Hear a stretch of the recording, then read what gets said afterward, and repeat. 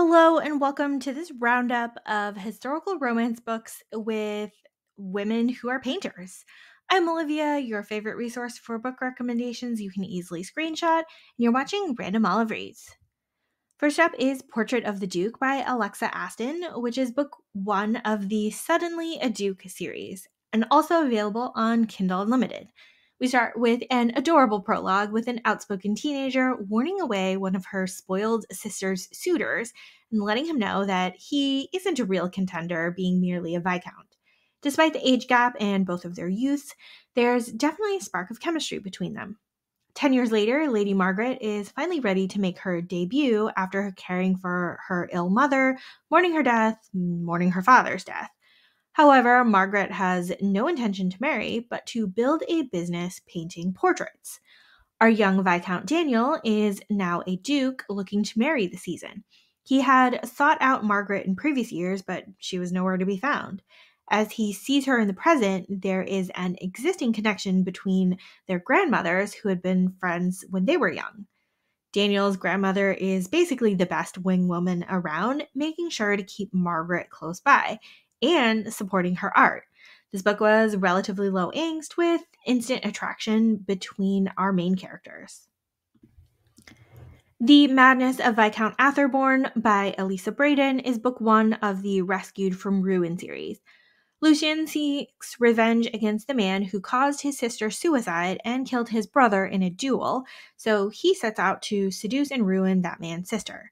He successfully compromises Victoria at a ball and proceeds to marry her and then ban her from speaking to her brother ever again. Loads of drama here, but at least Victoria still has her painting. The Week the Wallflower Was Wanton by Eva Devon is book four of the Wallflower Wins series. Lucy is a debutante who would rather be painting than finding a husband, so she propositions a renowned rake to ruin her. They spend a week together doing whatever needs to be doing for her ruination, and somehow she cracks into his hardened heart after all. Next, we have A Lady's Guide to Scandal by Sophie Irwin. Recently widowed Countess Eliza finds that her inheritance is dependent on her staying away from any scandal. The new Earl, Lord Somerton, is the nephew of her late husband and also happens to be a former suitor of hers that was rejected when Eliza's parents forced her to marry someone else.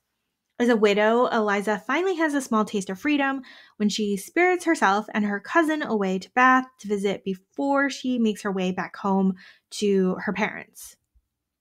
Eliza ends up meeting the charming and scandalous Lord Melville and tries very hard to avoid him due to his reputation. Eventually, Melville convinces Eliza to paint his portrait, and she seizes this opportunity to utilize her artistic talent. Additionally, Somerton has renewed his acquaintance with Eliza, and they have to confront their romantic past. We have a slowly building love triangle here where you're mostly rooting for Eliza to break free of her oppressive marriage and reunite with her long-lost love. But then we start to see her friendship with Melville develop and wonder where that will lead. Since this point was a single point of view, only Eliza's, it wasn't clear who the ultimate love interest was going to be, and I definitely was intrigued to find out who she ended up with. There's also some delightful side pairings that we discover along the way, and despite this being a super low steam book, the emotional buildup was really well done, and this was a great book to read. Painting the Duke by Georgina North is another standalone novel. Vivian is an orphaned lady who lives with her aunt and uncle and is known for refusing multiple marriage offers. She actually has a secret life as an oil painter, and many of her works are anonymously showcased at royal exhibitions. This season, a handsome duke named Brick is back in town after being banished for many years. He's not exactly looking for a wife, but he's intrigued by Vivian and is somehow egged into betting that he is able to secure her hand in marriage. He definitely has his work cut out for him since she is so outspoken with him about her desire not to marry. However, he is refreshed by her opinions on art and equality and just likes spending time with her. She also likes spending time with him, but she refuses to give up her art and worries that he'll be scandalized by her secret. This book is definitely slow burn, with Vivian being the one to learn to let down her walls and share her secret with the world. We also have Brick learning to let go of societal expectations and support Vivian in every way possible. When she catches him in a lie, he delivers on meaningful displays of affection and support. Forgery, Love, and Other Lies by Charlie Lane is book 2 of the Art of Love series. There once was a financially irresponsible Marquess who spent his money on art instead of on his estate and family, and after his passing, he had given away all of the art except for a few select paintings that his children would earn by creating their own piece of art to their mother's satisfaction. Unfortunately, the paintings left in their house were forgeries orchestrated by second son Xander, who rented out the originals in times of financial need. Now that the family knows which paintings are meant to be the inheritance, Xander tries to reclaim the originals, but finds that the old woman that he dealt with is missing, along with all the artwork. His investigation leads him to find the art forger, who is the daughter of a jeweler, Fiona, and is just as distressed with the disappearance of the old woman as well as he is, along with the other counterfeit paintings that could get her in a lot of trouble. Xander and Fiona team up to track down the woman and the paintings and find themselves in love along the way, even though Xander is hesitant to offer anything permanent since he's in no financial position to marry. Now, our Fiona here, while she's a talented art forger, she doesn't really have, or she doesn't admit to having any talent for painting any original works. Daring Miss Danvers by Vivian Lorette is book 1 of the Wallflower Weddings series. So this one has a fake engagement, friends to lovers situation. Quincy needs to convince his grandmother that he is seriously engaged before his inheritance is released to him. So he picks his best friend's sister to fake propose to. She goes along with it. She's had a crush on him all along, but she also doesn't want anyone to find out that she is secretly a painter, which is somehow unladylike. But every time they try to call off the wedding, it doesn't quite work out, and then they somehow end up married before they talk everything out. The Portrait of a Duchess by Scarlett Peckham is book 2 of the Society of Sirens series. Cornelia is the niece of a duke, but has built her reputation as a scandalous painter. She and her friends are trying to raise money to build an institute for women, and she needs a place to exhibit her latest collection of paintings. A seemingly random day, her uncle's heir Rafe, now the Duke, comes to visit to inform her of her inheritance, which hinges on her being married.